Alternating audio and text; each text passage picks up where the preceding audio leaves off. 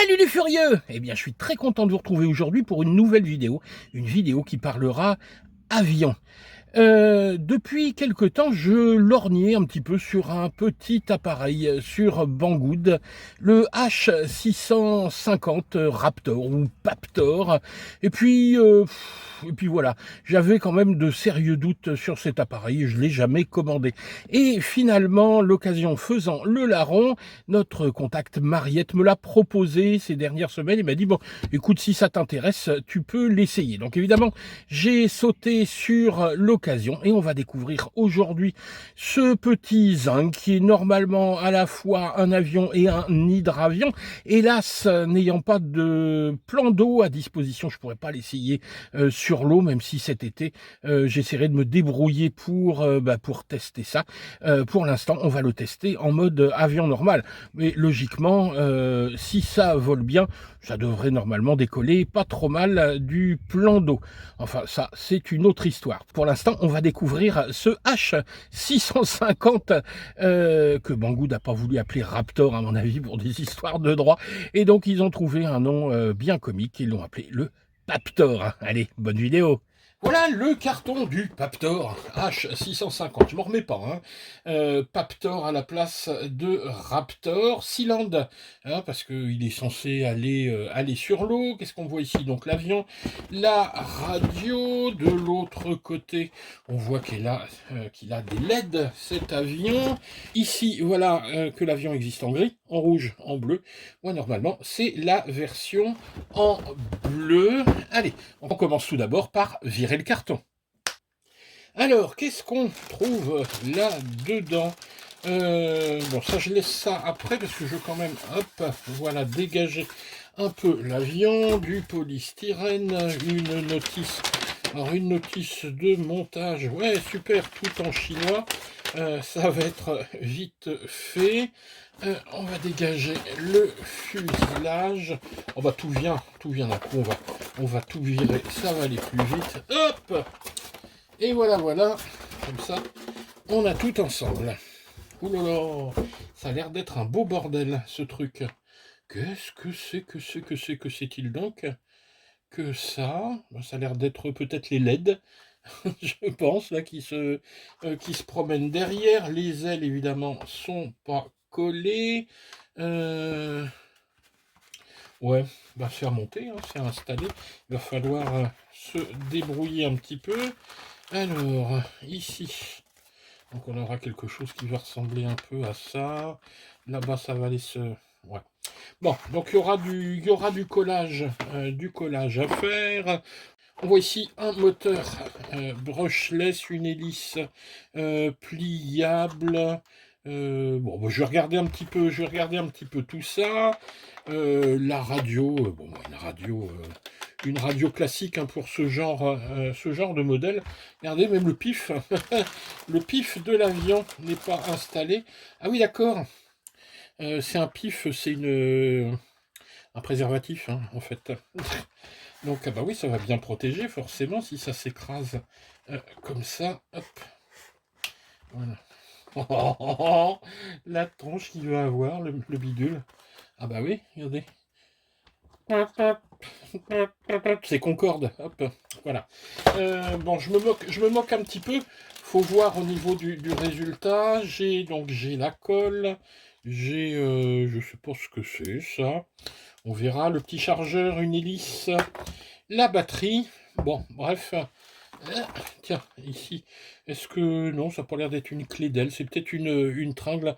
On verra à quoi ça sert. Je vais essayer de le monter parce qu'il n'y a aucune notice de montage. Donc je regarde dans la boîte.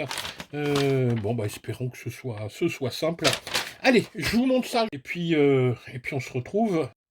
Et voici notre cylindre Air Paptor, enfin monté.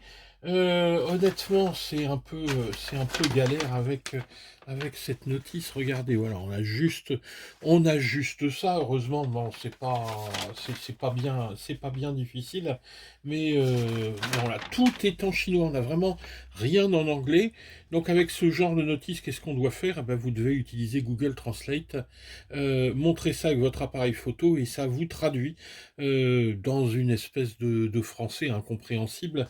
Mais bon, j'ai réussi à m'en sortir avec cette petite feuille. Mais là, il y a un petit peu foutage de gueule. D'ailleurs, il y a un petit peu foutage de gueule sur un certain nombre de choses avec cet avion, vous allez voir. Alors, le montage, qu'est-ce qu'il y a eu à faire? Ben, la première chose, ça a été ici d'installer le petit morceau de dérive. Je sais pas pourquoi ça, ils ont été le couper, sûrement que ça rentrait pas dans la boîte. Donc ce petit truc-là, c'est à clipser. Ensuite, de l'autre côté, il a fallu d'abord, dans un premier temps, installer la clé d'aile. Hein, ce petit jonc de carbone, c'était une clé d'aile. Puis encastrer ici chaque aile, notamment au niveau de la commande des volets. Ici, hein, ça vient juste rentrer en force dedans, puis coller l'aile. Alors moi, j'ai pas utilisé leur colle, j'ai utilisé de la cyano parce que je trouvais ça plus rapide et puis plus simple à utiliser. Mais avec leur colle, ça va bien fonctionner. Avec leur colle, il faudra donc mettre de la colle sur les deux parties, la mettre en contact, la retirer, attendre que ça sèche 4-5 minutes, et après replacer les pièces, et là ça devient de la colle contact. Une fois que ça s'était fait, passer les petits bandeaux de LED, enfin bandeau c'est un grand mot, hein, c'est un fil avec des petites LED, ça a l'air de fonctionner. Et puis une fois que c'est fini, mettre les deux petits trucs là, je sais pas si c'est des patins ou quoi que ce soit, en dessous, ce qui va solidariser d'ailleurs assez bien les deux ailes. Le pif, aussi, regardez ce pif. Alors ça, c'est vraiment... j'ai jamais vu un truc pareil. Bah, l'avantage, c'est que sur ce genre d'avion, on passe son temps à casser le nez. Bah, là, il se cassera pas, hein. Voilà, on a la gueule en vol. Mais ce sera heureusement incassable. Alors, cet avion, bah, tout d'abord, sa taille, hein, on va regarder un petit peu. Il fait, voilà, 65 de long, d'envergure, on a 49 d'envergure, donc vous voyez, c'est pas, il n'est pas tout petit, mais bon, il est pas très très grand. Au niveau de la gueule, ça ressemble à rien. C'est censé être un je sais pas quoi, un Paptor, hein. Euh, bon, le seul truc qui a l'air à peu près rigolo dans cette histoire, c'est que c'est un hydravion. Hélas, alors moi je ne sais pas si je vais pouvoir le tester sur l'eau parce que je n'ai pas de plan d'eau hein, près de chez moi vraiment accessible. Bon, je verrai ce que je peux faire, mais en tout cas on va déjà essayer de le tester en vol. Qu'est-ce qu'on a comme commande? Alors, on a des commandes un petit peu bizarres. On a bien une dérive, il n'y a pas de souci. Seulement, regardez, la commande de dérive est sur la même commande que les ailerons. En fait, quand vous donnez de l'aileron, vous donnez de la dérive. C'est automatique. Sur la radio, d'ailleurs, hop, il y a pas de commande ici de dérive. On a juste ici la prof, les ailerons et les gaz. C'est tout, hein. Donc c'est un trois axes qui se pilote en deux axes. Bon, un petit peu bizarre, bizarre aussi. Le moteur, un petit moteur brushless, je vais pas te donner là-dessus. Les hélices ici repliables. Ça aussi, le choix des hélices repliables est un petit peu bizarre parce que normalement au-dessus il n'y a aucun danger de la casser. Ça pourrait être intéressant si on avait une hélice à l'arrière ou à l'avant, mais bon. Voilà, je pense ils avaient ça en magasin. Qu'est-ce qu'on a d'autre à dire? Bon, pas grand-chose. On va l'allumer pour voir un petit peu les différentes fonctions de la radio. Alors, je fais quand même attention parce que ça peut être une toute petite hélice. On peut se faire mal, hein, on peut se couper. Voilà. Donc, je branche la petite batterie qui est une 7,4 volts en 1000 milliampères. Donc l'avion s'initialise. Je vais allumer la radio. Alors ça, c'est vraiment un truc bizarre chez les petits avions chinois comme ça. C'est qu'en modélisme, vous savez qu'on allume toujours la radio en premier, puis l'avion, puis on éteint l'avion et on éteint la radio. La radio doit toujours être allumée. Ben là, c'est le contraire. Bon, ça donne vraiment pas de bonnes habitudes. Hop, j'allume. Hop, un coup en haut, un coup en bas. Bip bip. Voilà, c'est initialisé. Vous voyez, hein, donc les commandes fonctionnent. Alors, donc ici, comme je vous le disais, on a les ailerons. Hop, on va essayer de les voir bouger. Voilà, ailerons. Et puis, en même temps, la dérive tourne. Vous voyez, hein, c'est associé ensemble. Bon, la profondeur, c'est du classique. Ensuite, la commande moteur. Voilà. Non, bon, ça, tout est normal. Ensuite, ce qu'on va... on s'aperçoit d'un truc intéressant, écoutez. Voilà. Hein, c'est-à-dire qu'on a un gyro, ici, qui stabilise, voilà l'appareil. On verra en vol hein, s'il est efficace. En général, avec les gyros, il vaut mieux qu'il soit discret comme ça. Quand il bouge trop, vous avez un avion qui fonctionne pas bien. Avec un petit gyro comme ça peut fonctionner. On verra ce que ça donne en vol. Franchement, cet avion, j'attends de le voir en vol, parce que là, on peut rien en dire comme ça. Il y a une chance sur deux que ça vole, une chance sur deux que ça soit du grand n'importe quoi. Bon, je vous le présente. Et puis c'est surtout après l'épreuve du vol qui va compter naturellement. Donc un petit gyro. Ce petit gyro d'ailleurs, je peux le déconnecter. Alors j'ai un bouton ici à gauche, on se dit bah il suffirait d'appuyer une fois dessus.